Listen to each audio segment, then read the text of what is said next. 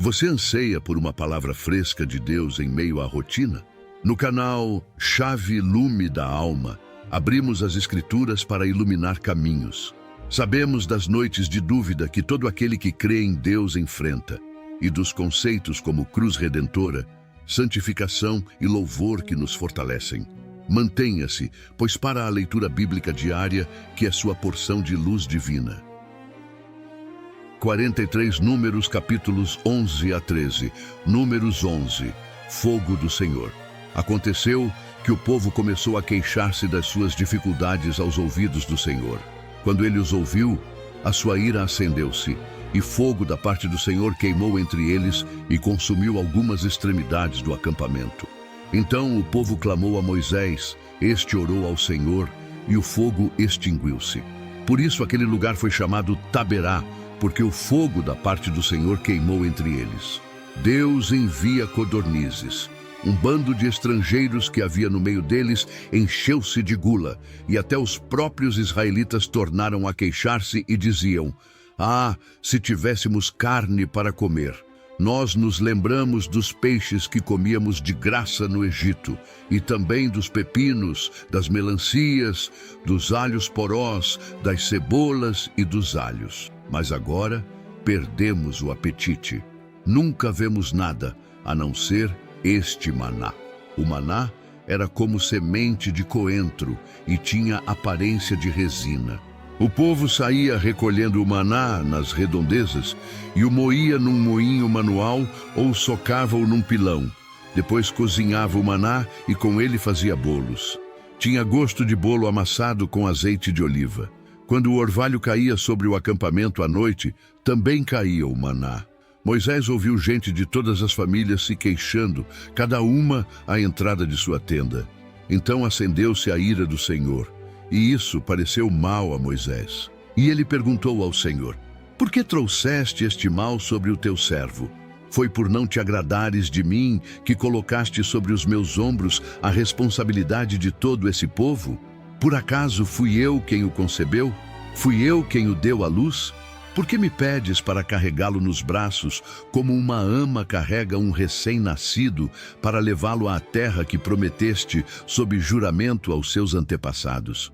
Onde conseguirei carne para todo esse povo? Eles ficam se queixando contra mim, dizendo: dê-nos carne para comer. Não posso levar todo esse povo sozinho. Essa responsabilidade é grande demais para mim.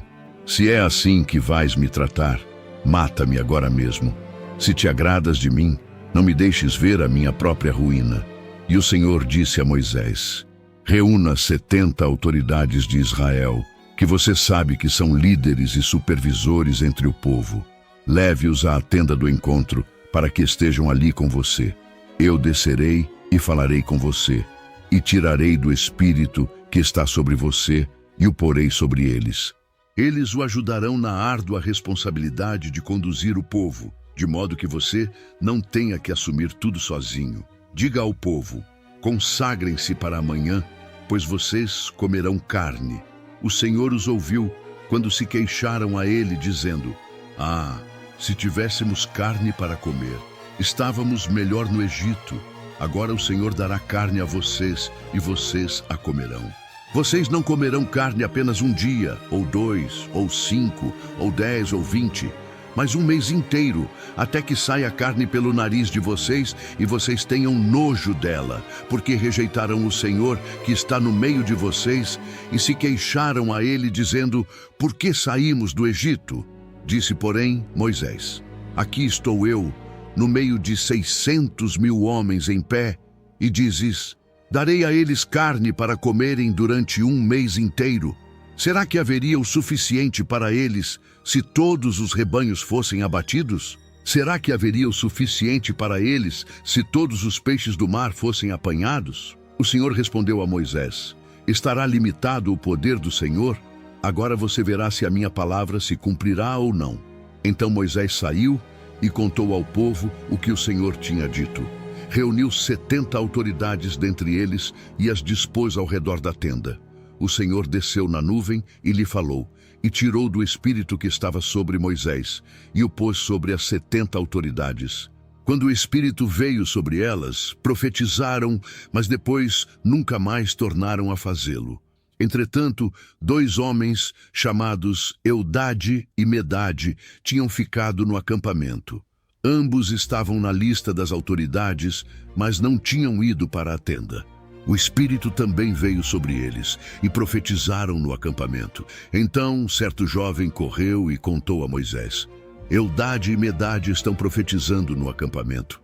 Josué, filho de Num, que desde jovem era auxiliar de Moisés, interferiu e disse: Moisés, meu senhor, proíba-os. Mas Moisés respondeu: Você está com ciúmes por mim? Quem dera todo o povo do Senhor fosse profeta e que o Senhor pusesse o seu espírito sobre eles.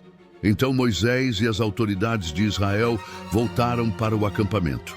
Depois disso, veio um vento da parte do Senhor que trouxe codornizes do mar e as fez cair por todo o acampamento, a uma altura de 90 centímetros, espalhando-as em todas as direções num raio de um dia de caminhada.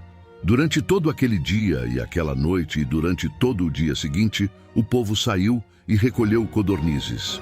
Ninguém recolheu menos de 10 barris. Então, eles as estenderam para secar ao redor de todo o acampamento. Mas, enquanto a carne ainda estava entre os seus dentes e antes que a ingerissem, a ira do Senhor acendeu-se contra o povo, e ele o feriu com uma praga terrível. Por isso, o lugar foi chamado Quibrote Hatavá, porque ali foram enterrados os que tinham sido dominados pela gula. De Quibrote Hatavá, o povo partiu para Azerote, e lá ficou. Números 12. Miriam e Arão opõem-se a Moisés. Miriam e Arão começaram a criticar Moisés porque ele havia se casado com uma mulher etíope. Será que o Senhor tem falado apenas por meio de Moisés? Perguntaram. Também não tem ele falado por meio de nós? E o Senhor ouviu isso. Ora, Moisés era um homem muito paciente, mais do que qualquer outro que havia na terra. Imediatamente o Senhor disse a Moisés, a Arão e a Miriam: Dirijam-se à tenda do encontro, vocês 3. E os 3 foram para lá. Então o Senhor desceu numa coluna de nuvem e, pondo-se à entrada da tenda, chamou Arão e Miriam. Os 2 vieram à frente e ele disse: Ouçam as minhas palavras. Quando entre vocês há um profeta do Senhor, a ele me revelo em visões. Em sonhos falo com ele. Não é assim, porém, com meu servo Moisés, que é fiel em toda a minha casa. Com ele falo face a face, claramente, e não por enigmas, e ele vê a forma do Senhor. Por que não temeram criticar meu servo Moisés? Então a ira do Senhor acendeu-se contra eles, e ele os deixou. Quando a nuvem se afastou da tenda, Miriam estava leprosa. Sua aparência era como a da neve. Arão voltou-se para Miriam, viu que ela estava com lepra e disse a Moisés: Por favor, meu senhor, não nos castigue pelo pecado que tão tolamente cometemos. Não permita que ela fique como um feto abortado que sai do ventre de sua mãe com a metade do corpo destruída. Então Moisés clamou ao Senhor: Ó Deus, por misericórdia concede-lhe cura. O Senhor respondeu a Moisés: Se o pai dela lhe tivesse cuspido no rosto, não estaria ela envergonhada 7 dias? Que fique isolada fora do acampamento 7 dias. Depois, ela poderá ser trazida de volta. Então Miriam ficou isolada 7 dias fora do acampamento e o povo não partiu enquanto ela não foi trazida de volta. Depois disso, partiram de Azerote e acamparam no deserto de Parã. Números 13. Envio de exploradores a Canaã.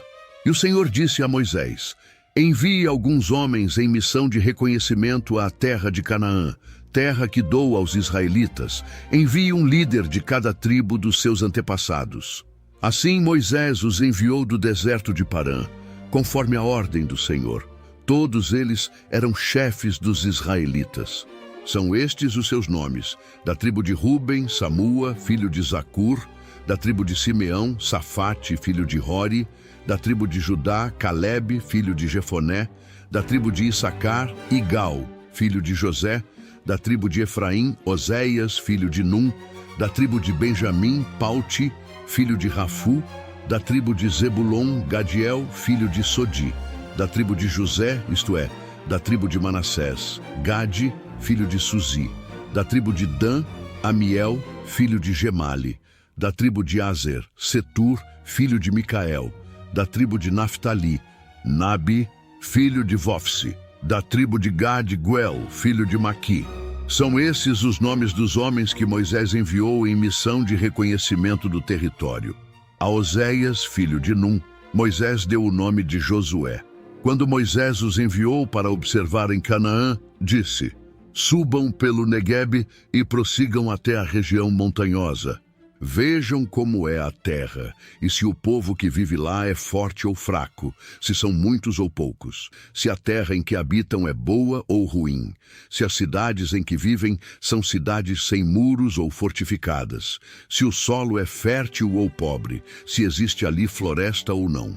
Sejam corajosos, tragam alguns frutos da terra. Era a época do início da colheita das uvas. Eles subiram e observaram a terra desde o deserto de Zim até Reob, na direção de Lebo-Ramate. Subiram do Neguebe e chegaram a Hebron, onde viviam Aimã, Sesai e Talmai, descendentes de Enaque. Hebron havia sido construída 7 anos antes de Zoan, no Egito. Quando chegaram ao vale de Escol, cortaram um ramo do qual pendia um único cacho de uvas. 2 deles carregaram o cacho, pendurado numa vara. Colheram também romãs e figos. Aquele lugar foi chamado Vale de Escol por causa do cacho de uvas que os israelitas cortaram ali. O relatório da expedição. Ao fim de 40 dias, eles voltaram da missão de reconhecimento daquela terra. Eles então retornaram a Moisés e a Arão e a toda a comunidade de Israel em Cádiz, no deserto de Parã, onde prestaram relatório a eles e a toda a comunidade de Israel, e lhes mostraram os frutos da terra, e deram o seguinte relatório a Moisés: entramos na terra a qual você nos enviou, onde há leite e mel com fartura. Aqui estão alguns frutos dela.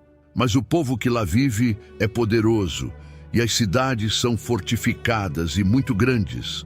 Também vimos descendentes de Enaque. Os amalequitas vivem no Neguebe. Os hititas, os jebuseus e os amorreus vivem na região montanhosa. Os cananeus vivem perto do mar e junto ao Jordão. Então Calebe fez o povo calar-se perante Moisés e disse: subamos e tomemos posse da terra. É certo que venceremos. Mas os homens que tinham ido com ele disseram: não podemos atacar aquele povo, é mais forte do que nós. E espalharam entre os israelitas um relatório negativo acerca daquela terra. Disseram: a terra para a qual fomos em missão de reconhecimento devora os que nela vivem. Todos os que vimos são de grande estatura. Vimos também os gigantes, os descendentes de Enaque, diante de quem parecíamos gafanhotos, a nós e a eles.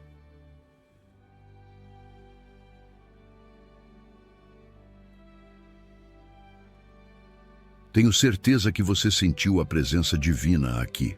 Inscreva-se no canal Chave Lume da Alma para mais encontros assim. Comente: eu declaro minha fé, se falou ao coração. Deixe o seu like e assista o próximo que está na tela. Avance na palavra.